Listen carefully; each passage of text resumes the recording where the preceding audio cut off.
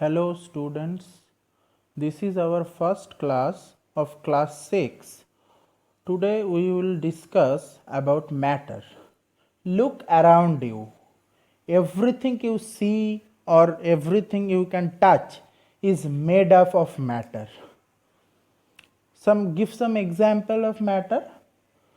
Table, chair, food which we eat, water which we drink, sun, moon, stars, all of them are made of matter.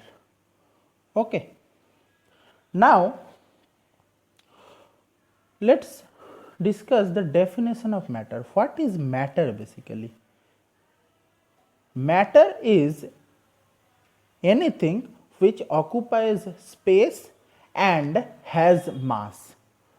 Now, you can everything you can see around you has mass and it occupies a space. So, all of them are matter. Now, discuss what is not matter.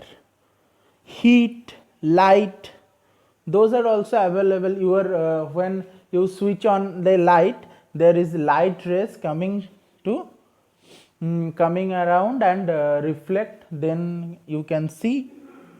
Okay, so that light or heat, those are not matter, those are energy.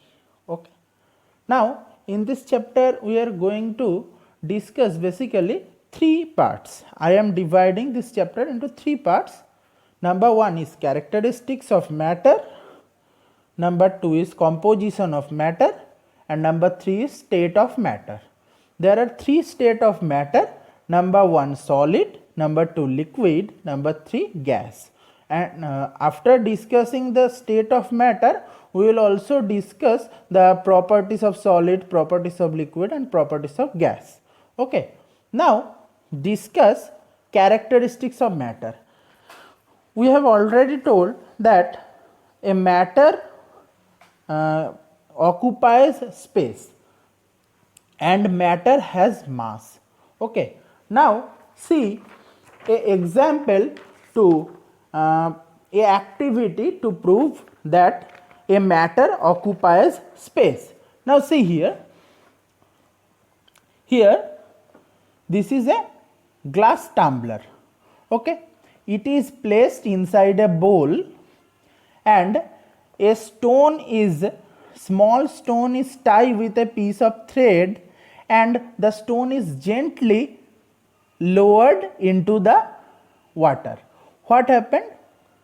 Some water is pushed by the stone and they are collected into the bowl, glass bowl. Okay. Now if we remove the stone, what happened? We see some vacant place is created inside the glass. So when we lowered the stone, it pushes some water out from the glass tumbler and they are collected into the bowl. Why? Because the stone is also a matter, so it occupies some space. So that space is required inside the glass tumbler, so that much water is pushed by the stone and collected into the glass tumbler. Okay. Now see a activity which proves matter has mass.